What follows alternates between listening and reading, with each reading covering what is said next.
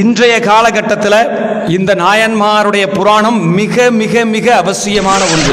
நீங்க தான் மந்திரி பதவி மாதிரி அப்படி எல்லா வேலையும் பார்த்துட்டு அவளுக்கு மந்திரி பதவி கொடுக்கலனா அவ எதுக்கு வேலை பார்க்கணும்னு தோணும் இல்லையா? இப்ப நிறைய பசங்கள்லாம் இருப்பா, நன்னா படிப்பா, வாத்தியார்ட்ட நல்ல பேர் எடுத்திருப்பா, மதிப்பெண்கள் மட்டும் வாங்க மாட்டாங்க. அதே மாதிரி மன வருத்தம் இருக்கும் இல்லையா? நான் என்ற எண்ணம் எப்பொழுது மேலோங்கி இருக்கிறதோ நம் இலக்காகப்பட்டது காணல் நீராக தள்ளிக்கொண்டு போய்கொண்டே இருக்கும். புறத்திலே இருக்கக்கூடிய பணமாகப்பட்டது நமக்கு அருளை தர வேண்டும் என்றால் பக்தி கட்டாயமாக இருக்க வேண்டும். எண்ணியாங்கு எய்துப எண்ணியார் திண்ணியர் ஆகப்பெறின்.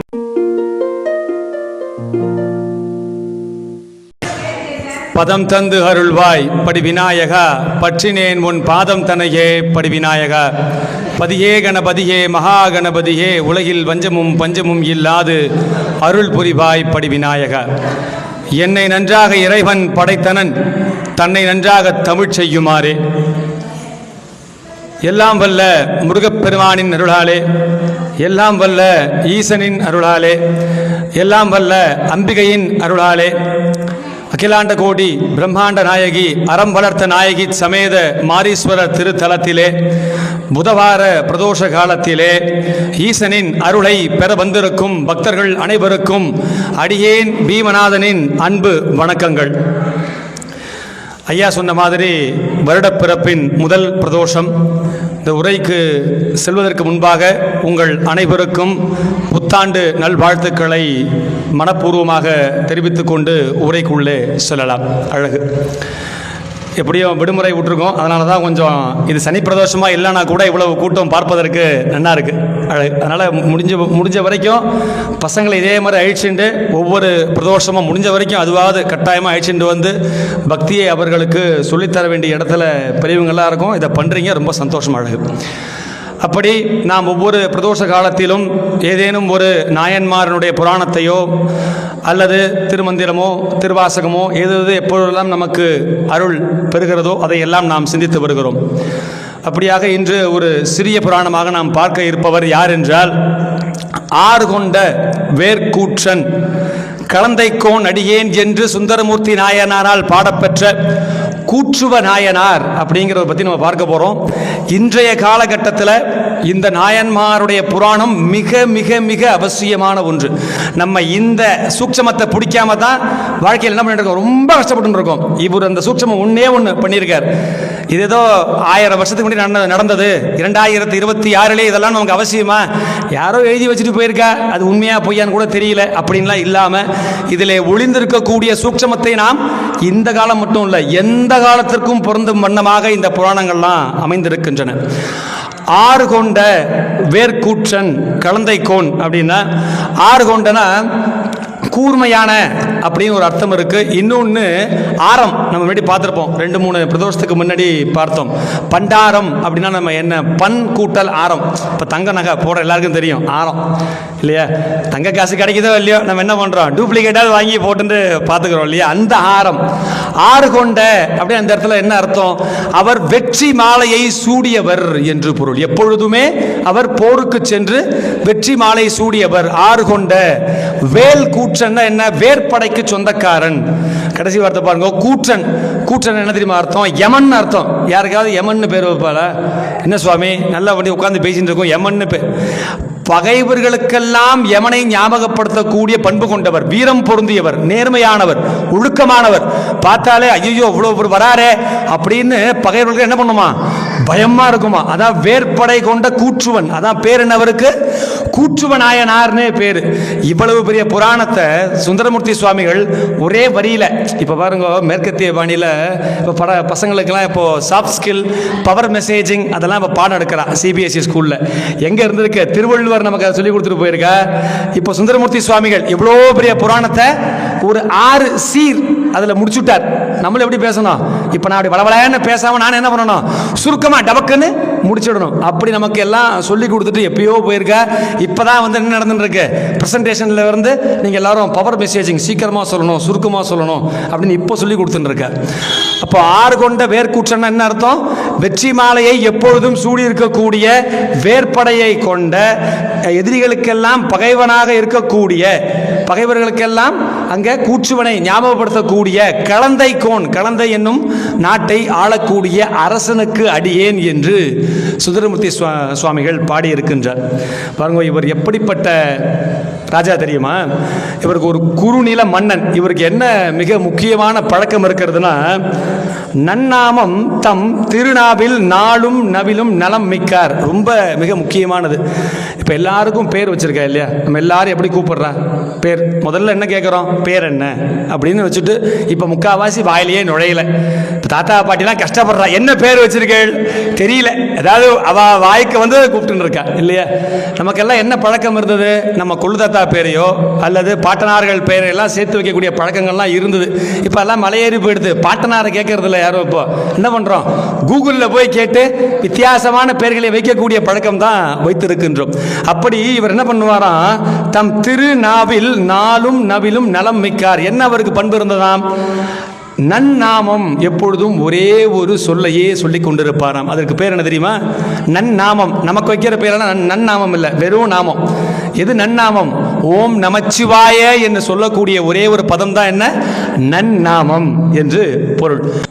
அப்போ அந்த இடத்திலே அவர் நன்னாமம் என்றால் எப்பொழுதும் ஓம் நமச்சிவாய என்ற பதத்தை அவர் எப்பொழுதும் சொல்லிக்கொண்டே இருப்பாராம். நம்ம பலமுறை பார்த்திருக்கிறோம். இப்போ ஒரு மணி நேரம் ஒரு நிலையான மனதை வைத்திருந்தால் அதற்கு பக்தி. இப்போ நமக்குலாம் பிரதோஷ பக்தி இல்லையா? திடீர்னு பிரதோஷ பக்தி வந்துடும். இங்கே வந்து இறைவா என்னை காப்பாற்றுன்னு சொல்லிட்டு சாயந்தரம் போய் என்ன பண்ணுவோம், நம்ம கவலைப்படுவோம் இல்லையா? இறைவன் மீது பக்தி அவ்வளோதான், நமக்கு கொஞ்சமாக இருக்கும். அதுவே ஒரு 7 நாட்களுக்கோ ஒரு 42 நாட்களுக்கு வைத்திருந்தால் அதற்கு விரதம் என்று பெயர். அதையே நாம் வாழ்நாள் முழுவதும் சங்கல்பமாக எடுத்துக்கொண்டு செய்தால் அதற்கு தவம் என்று பெயர். அப்போ இவர் இந்த கூற்றுவநாயனார் பெரிய குறுநில மன்னராக இருக்கின்றார். அவருக்கு மூவேந்தர்களை வென்றவர் அவர். இப்போ பெரிய புராணத்தில் சொல்றா எப்படிப்பட்ட வெற்றி அவர் பெற்றிருக்கிறார்னா, தும்பைத்துறை, தும்பை பூ போட்டு பாரான் எப்பயுமே. 2வது வாகை சூடி பாரான். பாருங்க, இதெல்லாம் அகத்திணைகள் புறத்திணைகள்னு தமிழ்ல இருக்கு. நான் தமிழ் வகுப்பு மாதிரி போயிட்டு ரொம்ப உள்ள போல. இந்த புறத்திணைகள்ல யார் ஒருவர் நேர்மையாகவும் ஒழுக்கமாகவும் ஒருநிலையான மனதோடு போர் செய்கிறாரோ அவருக்கு தும்பைப்பூ கொடுப்பார். அந்த போரிலே நேர்மையாக தர்மப்படி யார் வெற்றி பெறுகிறார்களோ அவர்களுக்குத்தான் வாகை. சூக்ஷமமா திருட்டுத்தனமா பண்ணி ஜெயிக்கிறவர்களுக்கெல்லாம் வாகை மலர் கொடுக்க மாட்டார். அகத்திணைகள் புறத்திணை என்ன சொல்றது தொல்காப்பியத்தில்? நேர்மையாக யார் ஒருவர் போர் செய்கிறாரோ அவருக்கு மட்டும்தான் இந்த திணைகள்லாம் கிடைக்கும். அப்படி தும்பை திணையும் வாகை திணையும் எடுக்கக்கூடிய ஆள் என்ன பண்ணிருக்கலாம், பெரிய பெரிய ஆட்சியெல்லாம் பெற்று சுபகமும் வாழ்ந்திருக்கலாம் இல்லையா? ஓம் நமச்சிவாய என்ற மந்திரத்தை சொல்லாமல் உச்சரித்துட்டே இருப்பார் எந்நேரமும். அப்படிப்பட்ட பண்பு கொண்டவர் அவர். அவருக்கு பாருங்க, மூவேந்தர்கள்ட்ட சண்டை போடுவார்னு சொன்னேன் இல்லையா? அருமையாக சண்டை போட்டு நிறைய இடத்தெல்லாம் வந்து பிடிச்சுட்டார். பிடிச்சி வாகை மலர்லாம் சூடியாச்சு. ஆனால் பாருங்க, அவருக்கு என்ன இல்லை, மணி மகுடம். ராஜான்னு யாருமே என்ன பண்ணல, அவருக்கு முடி சூட்டவே இல்லை. ஏதாவது ஒன்று பண்ணால் நமக்கு பதவி கிடைக்கணும் இல்லையா? நீங்கள் தான் மந்திரி பதவி மாதிரி அப்படி எல்லா வேலையும் பார்த்துட்டு அவளுக்கு மந்திரி பதவி கொடுக்கலனா அவள் எதுக்கு வேலை பார்க்கணும்னு தோணும் இல்லையா? அது மாதிரி அவர் அவ்வளவு சிறந்த அரசருடைய பண்பு எல்லாமும் இருக்கிறது. ஆனால் அவர்கிட்ட என்ன இல்லை, மணி மகுடம் இல்லை. யாருமே அவருக்கு ராஜா பட்டம் சூற்றவே இல்லை. உடனே என்ன பண்ணுறார், அந்த காலத்தில் சில பேர் மட்டும்தான் வந்து அந்த ராஜா பட்டம் கொடுக்கக்கூடிய உரிமை கொண்டவர்கள். அது யாருன்னா, அந்த காலத்தில் தில்லைவாழ் அந்தணர்கள், சிதம்பரத்தில் இருக்கக்கூடிய அந்தணர்கள் என்ன பண்ணுவா, ஏன்னா மிக முக்கியமாக அவளுக்கு புராணம் என்ன சொல்றதுன்னா, அந்த 3000 பேரில் சிவபெருமான் இருக்காராம். அதனால அந்த ராஜா என்ன பண்ணுவார், இங்கே இருந்து அவள்கிட்ட போய் சிவபெருமானே எனக்கு முடிசூட்ட வேண்டும். ஏன்னா 3000 பேரில் ஒருத்தர் வந்து சிவபெருமான் இருக்கார் இல்லையா? உடனே அவர்கிட்ட போறார். தில்லைவாழ் அந்தணர்கள்ட்ட போய், மாரி இவ்வளோ பெரிய ராஜாலாம் நான் வாங்கிட்டேன், நம்ம தான் சொல்லி ஆகணும் இல்லையா, நம்ம என்ன பண்ணியிருக்கோன்னு செல்ஃப் இன்ட்ரடக்ஷன். நம்ம இப்போ இன்டர்வியூலாம் போனாக்க உங்களை பற்றி நீங்களே சொல்லுங்க அப்படிங்கிற மாதிரி தில்லைவாழ் அந்தணர்கிட்ட போய் என்ன சொல்கிறார், இதே மாதிரி எனக்கு நான் இதுமாதிரி ராஜாவா ஆகக்கூடிய பண்பு எனக்கு எல்லாமும் இருக்குது, அதனால் என்ன பண்ணுங்க, ராஜா எனக்கு பட்டத்தை கொடுங்கோ, முடி சூட்டுங்கோ அப்படின்னு போய் தில்லைவாழ் அந்தணர்கிட்ட போய் அவர் கேட்கின்றார். இந்த நாயனாராக மாறக்கூடிய இந்த கூற்றுவர். அவள் பார்த்தா அவள் என்ன பண்ணுவா, உடனே ஒரு சட்டத்திட்டங்கள் எடுப்பாள். ஒரு ஆகம விதின்னு சொல்கிற மாதிரி ஒரு விதிமுறை இருக்கிற. சும்மா யார் கேட்டாலும் என்ன பண்பு இருந்தாலும் தூக்கி ராஜா பதவியெல்லாம் கொடுத்துட மாட்டேன். அவள் உடனே பார்த்துட்டு சொல்கிறா, சோழர் மரபிலே வரக்கூடிய அரசர்களுக்கு தான் நாங்கள் என்ன பண்ண முடியும், முடிசூட்ட முடியும். சும்மா வந்தவா போறவா, நீ பெரிய உனக்கு பண்பு இருக்கு, பெரிய வீரம் இருக்குன்னா உனக்கு என்ன பண்ண முடியாது, கொடுத்துட முடியாது. இவர் எப்படிப்பட்ட ஆள் இவர்? நம்ம சுந்தரமூர்த்தி சுவாமிகளை என்ன சொல்றார், ஆறு கொண்ட அப்படின்னா என்ன, வெற்றி மாலை எப்பொழுதும் சூடக்கூடிய பண்பு கொண்டவர்னு பார்த்தோம் இல்லையா. இப்போ இந்த மணிமகுடத்தை இவா சூட்டாட்டி என்ன இப்போ என்ன பண்ணலாம், இவர் எடுத்து தள்ள வச்சுட்டா யாராவது சர்வாதிகாரமா பண்ண யாராவது தடுத்துட போறாளா? எல்லா 3-4 படைகளும் அவரிடத்துல இருக்கு. யானைப்படை, குதிரைப்படை, தேர்ப்படை, காலாட்படை, வேல்படை, எல்லா படையும் அவரிடத்துல அவ்வளவு சிறப்பாக இருக்கிறது. என்ன பண்ணியிருக்கலாம், அவளே எடுத்து தான் தோன்றி என்ன பண்ணியிருக்கலாம், தள்ள எடுத்து வச்சிருக்கலாம் இல்லையா. போய் கேட்கிறார், இது மாதிரி கொஞ்சம் எனக்கு வைங்கன்னு. அவ என்ன சொல்லிட்டா, உங்களுக்கு முடிசூட்ட முடியாது அப்படின்னு சொல்லிட்டு அந்த ராஜாவை பார்த்து பயப்படுறா. யாரு? தில்லைவாழ் அந்தணர்கள் எல்லாரும். இவன் எங்கேயா புடுங்கிட்டு போயிட போறார் அப்படின்னு உடனே என்ன பண்றா, அதை காவலிலே வைக்கிறார்கள். கோயில்ல ஒரு இடத்துல யாரும் எடுத்து விடாதபடி காவலில் வச்சுட்டார். இப்ப இவருக்கு மன விரக்தியா இருக்குமா இருக்காத? ஓம் நமச்சிவாயன்னு சொல்றோம், நேர்மையா நடந்துக்கிறோம், ஒழுக்கமா இருக்கும், ஆனா கிடைக்க வேண்டிய பட்டம் கிடைக்கலையே. இப்ப நிறைய பசங்கள்லாம் இருப்பா, நன்னா படிப்பா, வாத்தியாட்ட நல்ல பேர் எடுத்திருப்பா, மதிப்பெண்கள் மட்டும் வாங்க மாட்டாங்க. அதே மாதிரி மன வருத்தம் இருக்கும் இல்லையா. உடனே என்ன பண்ற, அந்த அந்தணர்கள்லாம் இருந்தா இல்லையா, காவலுக்கு வச்சுட்டு ஊரை விட்டு போயிட்டான். என்ன காரணம், ராஜா கிட்ட போய் அந்த குறுநில மன்னர்கிட்ட போய் நான் உனக்கு முடிசூட்ட மாட்டேன்னு சொன்னார்னு வைங்களேன். அந்த ராஜா என்ன பண்ணலாம், இவர்கள் அனைவரையும் சிறைச்சேதம் செய்யுங்கள், தூக்கி தண்டனை கொடுத்துடலாம் இல்லையா, வாய்ப்பு இருக்கு இல்லையா. அவ அதான் பார்த்தா சேர நாட்டுக்கு போயிட்டா. எது இப்ப சேரளம், கேரளம் மலைநாடு, சேரர்கள் ஆளக்கூடிய இடத்துக்கு பேர் என்ன, சேரளம். இப்பொழுது அது கேரளமாக மாறியது. அவ அங்க போயிட்டா. இந்த ராஜா பாருங்கோ, கூற்றுவனா ராஜாவா ஆகல, முடிசூட போனும். அவர் பாருங்கோ, அவர் அனுதினமும் இறைவனின் திருநாமத்தை சொல்லிக்கொண்டே இருக்கும் காரணத்தினாலே அவர் என்ன பண்ணல, ஒழுக்கத்தை விட்டு தவறல. போய் அடாவடி என்ன பண்ணிருக்கலாம், அந்த மகுடத்தை எடுத்து சூட்டி இருக்கலாம், பண்ணல. இறைவா, அவர்கிட்ட 4 படைகள் இருக்கிறது, 3 வேந்தர்களை வென்றவர், அவர் நினைத்தால் என்ன வேணாலும் பண்ணலாம், பண்ணல. இருக்கக்கூடிய சிவன் கோயிலுக்கு போறார். இறைவா, நான் எல்லாமும் பண்ணிட்டேன், நான் என்னெல்லாம் பண்ண முடியுமோ எல்லாமும் செய்து விட்டேன், இதற்கு அப்புறமாக நான் எனக்கு என்ன பேரு கிடைக்க வேண்டும், என்ன கவனிங்க, பேரு நமக்கு கிடைக்கணும்னு இருந்தா கட்டாயமாக கிடைக்கணும். எவ்வளவு துரத்துங்கோ கிட்ட போகவே முடியாது. ஏன்னா நான் என்ற எண்ணம் எப்பொழுது மேலோங்கி இருக்கிறதோ, நம் இலக்காகப்பட்டது காணல் நீராக தள்ளிக்கொண்டு போய்கொண்டே இருக்கும். நான் என்ற அகம்பாவம் எப்பொழுது அடங்குகிறதோ அப்பொழுது அந்த காணல் நீராகப்பட்டது உண்மையான நீராக மாறி உங்ககிட்ட வெள்ளமாக அந்த வெற்றியாகப்பட்டது உங்கள்கிட்ட வந்துடும். அந்த சூட்சமத்தை அறிந்தவர் தான் நம் கூற்றுவனார். இறைவன் போய் கேட்கிறார், இறைவா, இதுக்கப்புறம் ஓம்பாடு, நான் என் கடமையை செய்து விட்டேன், இதுக்கப்புறம் நீ உன் கடமையை செய் அப்படின்னு சொல்லிட்டு என்ன பண்ணிட்டார், இறைவா அப்படின்னு போய் தூங்கி போயிட்டார். பாருங்க, மிக முக்கியமானது இந்த இடத்துல, நம்மளுடைய கனவை நிர்ணயம் செய்ய முடியுமா? நினைவையே செய்ய முடியாது. பல பேருக்கு என்ன, எப்போ முடிப்பார், சீக்கிரமா போய் நம்ம பிரசாதத்தை வாங்கிட்டு வீட்டுக்கு போகலாம் ஒரு எண்ணம் இருக்கும் இல்லையா. அங்கங்க 4-5 வேலை இருக்கும், இன்னைக்கு வேற தாமதம் ஆயிடுது. அப்போ நம் நினைவில் இருக்கும் பொழுதே நம் எண்ணத்தை கட்டுப்படுத்த முடியல. இப்ப அந்த குழந்தை வந்தது, நான் நியாயப்படி என்ன பண்ணணும், உங்க இடத்துல பேசிட்டே இருக்கணுமா இல்லையா? நான் உடனே என்ன பண்றேன், அந்த குழந்தைய உடனே பாருங்க வாங்கன்னு கூப்பிட்டு எண்ணமாகப்பட்டது என்ன பண்றது, நினைவிலே பேசிக் கொண்டிருக்கும் பொழுதே ஒரு நிலையான மனதோடு இருக்க முடியல இல்லையா. அப்போ அந்த ராஜா பாருங்க, கனவிலே அந்த எண்ணத்தை கடத்துகிறார். நம்ம கனவை கட்டுப்படுத்தணும். அப்ப எந்த அளவுக்கு ஒரு நிலையான மனம் இருந்திருக்க முடியும்? அந்த ஒரு நிலையான மனம் எப்பொழுது வரும்?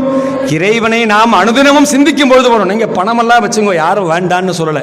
நமக்கு அந்த புறத்திலே இருக்கக்கூடிய பணமாகப்பட்டது நமக்கு அருளை தர வேண்டும் என்றால் பக்தி கட்டாயமாக இருக்க வேண்டும்.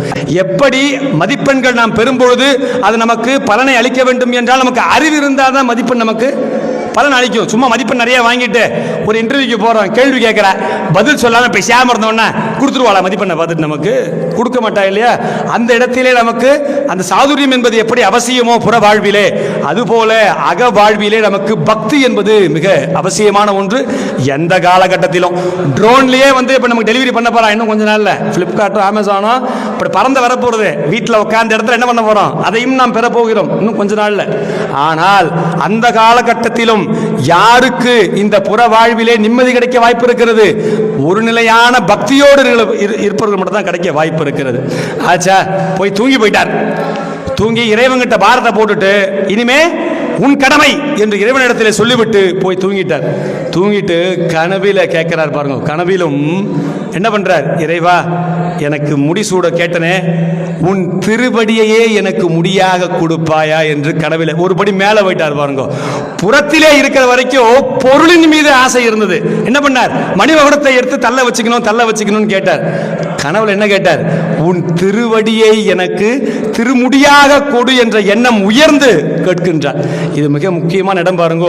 தீபாராதனை காமிக்கிறோம்ல, லைட் எல்லாம் போட்டா தெரியறதா இல்லையா? சுவாமி என்ன பளிச்சுன்னு லைட் போட்டு வச்சிருக்கா, நம்ம ஏன் தீபாராதனை காமிக்கணும்? தீபாராதனை காமிச்சாதான் சுவாமி தெரியறதா என்ன? இல்ல உள்ள என்ன சுவாமி இருக்கு நமக்கு தெரியாதா? சிவலிங்கம் இருக்கு நமக்கு தெரியாதா? நன்னா தெரியுமே, பகல்ல பார்த்திருக்கோம், சிவன் கோயில் தெரிஞ்சுதான் வந்திருக்கோம். இதற்காக அந்த இடத்திலே அவர்கள் தீபாராதனை காண்பிக்கின்றார்கள். வெளிச்சம் வந்த பிறகும் அந்த பக்தியாகப்பட்டது பொறியாக, எப்படி பக்தியாகப்பட்டது பொறியாக, அந்த இடத்துல இருக்கக்கூடிய சூடம் இருக்கு இல்லையா, கற்பூரம், அதுதான் நம் உடல். இந்த காயமாகப்பட்டது மேல படும் பொழுது, பக்தி படும் பொழுது, அது ஜுவாலையாக இறைவனிடத்திலே நாம் கலக்கின்றோம். அந்த கலக்கும் பொழுது இறைவா அந்த பண்பை எனக்கு கொடு என்று நாம் என்ன பண்ணணும்? அந்த இடத்துல நம்ம இறைவனை கேட்கணும். அதுதான் இதுக்கு பேர் என்ன? அத்வைத்தம் என்று பெயர் சமஸ்கிருதத்தில். இதை படிக்கும் பொழுதுதான் அதற்கு நிகரான தமிழ் சொல் இருக்குன்னு எனக்கு தெரியும். இந்த இடத்துல தான் இவர் எப்பொழுது கனவிலே எனக்கு உனது திருவடியை திருமுடியாக கொடுன்னு சொன்னார் இல்லையா, அதுக்கு என்ன தெரியுமா தமிழ்ல சொல்? தாழ் அப்படின்னு நமக்கு தெரியும் இல்லையா? அவன் அருளாலே அவன் தாழ் வணங்கின்னு சொல். தாழ்னா என்ன? பாதம் என்று பொருள். இன்னொன்னு பாருங்க, இவர் என்ன சொன்னார்? என் தலையிலே உன் காலை வை அப்படின்னு சொன்னார். அப்போ தாழ் கூட்டல் தலை, தாடலை என்று சொல். அத்வைத்தத்திற்கு நிகரான சொல் எது? தாடலை என்று சொல். எப்பொழுது இறைவனும் நாமும் ஒன்று கலக்கக்கூடிய இடம் எது? இந்த சிவபெருமான் காலை கொண்டு நம்ம மேல வச்சாருன்னு வைங்க, இந்த இடத்துல நாம் என்னவா மாறிடுவோம்? இறைவனாகவே மாறி ஒன்றரை கலந்து விடுவோம். அதற்கு தான் அத்வைத்த தாத்பரியம் என்று பெயர். அதற்கு தமிழிலே தாடலை என்ற பெயர். என்று எவ்வளவு எனக்கு அப்படியே படிக்கும் பொழுது, இன்னைக்கு காத்தால 4:30 மணிக்கு படித்தேன், அப்படியே படிக்கும் பொழுது எனக்கு அப்படியே மயிர்கூச்சரியம். இந்த வார்த்தை இருக்குன்னு எனக்கு தெரியாது, அவ்வளவு சிறப்பான வார்த்தை அது. அப்போ இந்த தாடலை எனக்கு கொடு என்று இறைவனிடத்தில் கேட்கும் பொழுது, யார் ஒருவர் ஒரு நிலையான மனதோடு வாழ்நாள் முழுவதும் இருக்கின்றாரோ அவரை இறைவன் கைவிடுவாரா? கைவிட வாய்ப்பு இருக்குமா? இறைவன் கனவுலே தோன்றுகின்றார். தோன்றி உனக்கு என்னப்பா வேணும்? என் திருவடி தானே வேணும், வச்சுக்கோ அப்படின்னு அவருடைய குஞ்சித பாதத்தை ஏன்னா எங்க கேட்கிற? சிதம்பரத்தில் கேட்கிறார். இடது பாதம் தூக்கி சொல்றோம், நல்லா தெரியும் இல்லையா? அந்த தூக்கிய காலை எங்கே இறக்குகின்றார்? இந்த கூற்றுவ நாயனாரின் எங்க முடியில இறக்கிறார். அவருக்கு இதை விட ஒரு பிரம்மாண்டமான மகுடம் தேவைப்படுமா? அவருக்கு இதை விட பெரிய மகுடம் இருக்குமா? எப்பொழுது இறைவனுடைய திருவடி மேல வந்ததோ இந்த கூற்றுவ நாயனார் என்னவாக மாறுகின்றார்? இந்த உலகத்திற்கே அரசனாக மாறுகின்றார். ஏன்னா மணிமோடம் என்ன கிடைச்சது? சிவபெருமானுடைய திருவடி. வெறும் மகுடம் கிடைத்திருந்தால் அந்த இடத்திலே அவர் தமிழ்நாட்டை ஆண்டிருக்கலாம். இறைவனின் திருமுடி கிடைத்த காரணத்தினாலே, திருவடி முடியாக கிடைத்த காரணத்தினாலே அவர் அந்த உலகத்திற்கே அரசனாவார். அப்போ நாமும் நம்முடைய எண்ணத்தை எப்படி வைத்திருக்க வேண்டும்? இந்த கூற்றுவ நாயனார் மாதிரி ஒரே ஒரு திருக்குறளோட நான் இந்த உபன்யாசத்தை நிறைவு செய்யலாம் என்று எண்ணுகின்றேன். இந்த திருமுடியை கிடைச்சது இல்லையா, அவர் தூங்கி எழுந்திருக்கிறார். அந்த திருக்குறளுக்கு வர தூங்கி எழுந்திருக்கிறார். அவருக்கு இதை விட ஒரு நிறைவான விஷயம் இருக்குமா? அப்படியே என்ன பண்றார்? ஆட்சி செய்து கொண்டே சிவங்கோயிலா போறார். எல்லா சிவங்கோயிலுக்கும் போய் எவ்வளவு கைங்கரியம் பண்ண முடியுமோ அது வரைக்கும் அவர் ராஜாவாக தன்னை நினைத்துக் கொண்டு இதையெல்லாம் செய்திருக்கலாம். இப்போ என்னது? இந்த உலகத்திற்கே ராஜா, இந்த உலகத்திற்கே சிறந்த பக்தனாக விளங்கக்கூடிய அவர் அப்ப செய்யக்கூடிய கைங்கரியங்கள் எப்படி இருக்கும்? அதனாலதான் 1000 வருடங்கள் கடந்தும் இந்த 2026 நம்ம என்ன பண்ணிட்டு இருக்கோம்? கூற்றுவ நாயனாரை குறித்து சிந்தித்துக் கொண்டிருக்கின்றோம் இல்லையா? அப்போ அது மாதிரி நாம் என்ன வேண்டும் என்று நமக்கு இவர் இங்கே இந்த சேக்கிழார் நாயனார் நமக்கு சொல்லி இருக்கிறார். நான் முன்பு சொன்னது போல ஒரே ஒரு திருக்குறளோட இதை நிறைவு செய்யலாம் என்று எண்ணுகின்றேன். பாருங்க, சுந்தரமூர்த்தி சுவாமிகள் 6-7 சீர்ல இதை முடிச்சார். இதுவாவது ஒரு 5ஆம் நூற்றாண்டிலிருந்து 10ஆம் நூற்றாண்டுக்குள்ள இயற்றப்பட்ட புராணம். திருவள்ளுவர் அதுக்கெல்லாம் முன்னாடி உள்ளவர் இல்லையா? 2000 ஆண்டுகளுக்கு முன்பாக உள்ளவர். பாருங்க, இதெல்லாம் அப்படி நடக்கும்னு தெரிஞ்சிருக்கு. ரெஃபரன்ஸ் முன்னாடி என்ன பண்ணிட்டார்? வள்ளுவர் நமக்கு கொடுத்து விட்டார். அது என்ன குறள்னா, எண்ணியாங்கு எய்துப எண்ணியார் திண்ணியர் ஆகப்பெறின். பாருங்க, ரொம்ப மிக முக்கியமான சொல் இந்த இடத்துல இருக்கு. இப்போ இதை பிரட்டி படிக்கணும். இப்போ எண்ணியார் அப்படின்னு நம்ம படிக்கணும். இது நான் உங்களுக்கு புரிஞ்சுக்கிறதுக்கு ஒன்னே ஒன்று சொல்றேன். இப்போ சிவபெருமானுடைய மூத்த பிள்ளை யாரு? விநாயகர். அவருக்கு என்ன பேரு? பிள்ளைன்னு தனியா சொல்றோமா? அவருக்கு ஒரு மரியாதை போடுவோம். ஆர், பிள்ளையார். தந்தை, மதிப்பு மிக்கவர். என்ன தந்தையார் போடுறோம் இல்லையா? தாயார். இப்ப வரன் கொடுப்பா, மாமியார், மாமனார். என்ன பண்ணுவோம்? ஒரு ஆர் போட்டா என்ன அர்த்தம்? மதிப்பை கூட்டக்கூடிய விஷயம் நம்ம நல்லா தெரியும் இல்லையா? இதை எங்க கொடுத்திருக்கார் வள்ளுவர்? முன்னாடி எண்ணியார். அப்போ எண்ணியார்னு சொல்லும் பொழுது யார் ஒருவர் உயர்ந்த எண்ணத்தை வைத்திருக்கிறார். ஆர் போட்டா என்ன அர்த்தம்? மதிப்பு கூட்டக்கூடியதுன்னு அர்த்தம் இல்லையா? அப்ப யாருக்கு இந்த எண்ணியார் அவர் சொல்ல முடியும் திருவள்ளுவர்? யார் ஒருவர் ஒரு நிலையான மனதோடு நியாயமான முறையிலே ஒழுக்கத்தோடு எண்ணத்தை உடையவர்கள். ஒரே சொல்லதான் பாருங்க, எவ்வளவு அர்த்தம் இருக்கு பாருங்க. எண்ணியார், திண்ணியர். இப்போ ஒரு நாளைக்கு, இப்போ 1 மணி நேரம் நம்மெல்லாம் நல்லபடியா என்ன பண்ண போறோம்? நல்லவர்களாக இருக்க போறோம். 1 மணி நேரம் நினைச்சிட்டு வீட்டுக்கு போன உடனே ஏதாவது திருடுதனம் பண்ணாங்க, அது புண்ணியம் இருக்குமா? நமக்கு ஏதாவது நமக்கு வாழ்க்கையில் நல்லது நடக்குமா? வாய்ப்பு இல்லை. அப்போ எண்ணியார் திண்ணியர். திண்ணியர்னா என்ன? திட்பவட்பமாக, இந்த வினாடி மட்டும் இல்லை, இன்னைக்கு மட்டும் இல்லை, இந்த வாரம் மட்டும் இல்லை, மாசம் வருஷம் இல்லை, வாழ்நாள் முழுவதும் யார் ஒருவர் உயர்ந்த எண்ணத்தை வைத்திருக்கிறாரோ, மரியாதை, இந்த சமூகம் தரக்கூடிய மரியாதை தரக்கூடிய எண்ணத்தை யார் வைத்திருக்கிறாரோ. இப்போ மேற்கத்திய பாணியில் என்ன பண்றா, மேனிஃபெஸ்டேஷன் அப்படின்னு ஒரு பயங்கரமா ஒன்று போயிட்டு இருக்கு. இன்ஸ்டாகிராம் ரீல்ஸ் எல்லாம் பார்க்குற வழக்கு தெரிஞ்சிருக்க வாய்ப்பு இருக்கு. நீங்க பிரபஞ்சத்தை கேளுங்கள், உங்களுக்கு அது அனைத்தையும் கொடுத்து விடும் அப்படின்னு சொல்றேன். நம்ம இன்னைக்கு சாயந்தரம் பிரபஞ்சத்துக்கிட்ட எனக்கு கார் வேணும் அப்படின்னு கேட்குறோம். இது உயர்ந்த எண்ணமா? கார், ஆமா சுவாமி உயர்ந்த என்ன, நான் நல்லா என்ன பண்ணுவேன், தரையில் நடந்து போகாம உயர்ந்து கார்ல உட்காந்து போவனே. அப்படி இல்லை. சாயந்தரம் என்ன பண்றோம்? எனக்கு தங்க மோதிரம் வேணும். மனசு என்ன பண்ணிடுது? பிரபஞ்சத்துக்கிட்ட பேச கேட்கும்போது மாறிடுது.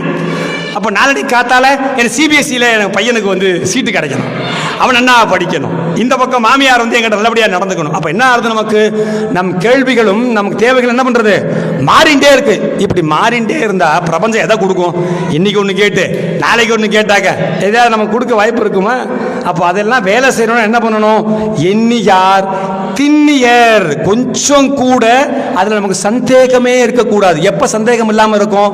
நம் எண்ணத்திலே பிறருடைய நலன் எப்பொழுது இருக்கிறதோ அப்பொழுது அதிலே என்ன பண்ணாது? நமக்கு எந்த விதமான சந்தேகமும் ஏற்படாது.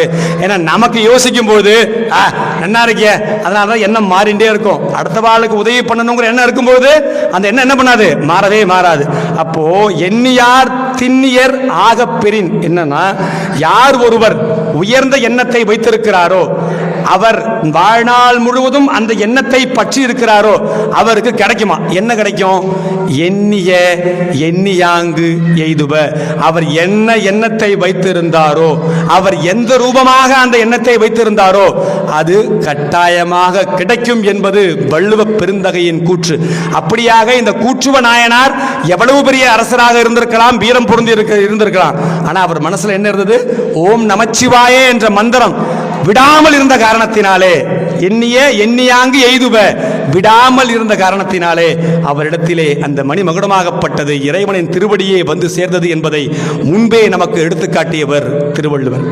அப்படியாக நாமும் நம் வாழ்விலே பெரும் நல்ல இடத்துக்கெல்லாம் போகணும் அப்படின்னா நம் எண்ணமாகப்பட்டது சுயநலமாக இருக்கட்டும். வேண்டாங்கள முதல் வேற வழி இல்லை. கிரகஸ்த வாழ்க்கையில் இருக்கும், புருஷன் பொண்டாட்டி இருக்கா, மாமனார் மாமியார் அண்ணா தம்பி குழந்தை எல்லாம் இருக்கா. நான் வந்து உடனே வெள்ளாட்டி போகணும்னு சொல்லலை. முதற்படி வேண்டுமானால் சுயநலமாக இருக்கட்டும், வேண்டான்னு சொல்லலை, அதையும் கடக்கணும். ஆனால் அதை தாண்டி நாம் செய்யக்கூடிய அனைத்திலும் பொதுநலம் கட்டாயமாக கலந்திருக்க வேண்டும். அப்படி கலந்திருக்கும் பொழுது நமக்கு எதெல்லாம் தேவையோ நாம் எந்த விதமான அதற்கு பெரும் ஆற்றலை செயல்படுத்த வேண்டிய அவசியமில்லை, தானாக அது நமக்கு வந்து சேரும் என்று சொல்லிக்கொண்டு ஒரே ஒரு செய்தியோட எப்பொழுதும் போல இந்த உபன்யாசத்தை நான் நிறைவு செய்கிறேன். கண்களிலே கலக்கம் வந்தால் அதற்கு பெயர் இருள், மனதிலே கலக்கம் வந்தால் அதற்கு பெயர் மருள். இந்த இரண்டையும் களைய வல்லது இறைவனின் அருள். அந்த இறைவனின் அருளாகப்பட்டது நமக்கு கிடைக்க வேண்டும் என்றால் குருவின் அருளோடு நமக்கு கிடைக்கும் என்று சொல்லிக்கொண்டு இந்த உபன்யாசத்தை நான் இந்த அளவிலே நிறைவு செய்கிறேன். நன்றி, வணக்கம். வெற்றிவேல் முருகனுக்கு, வீரவேல் முருகனுக்கு, கந்தவேல் முருகனுக்கு, கருணைவேல் முருகனுக்கு திருச்சிற்றம்பலம். நன்றி.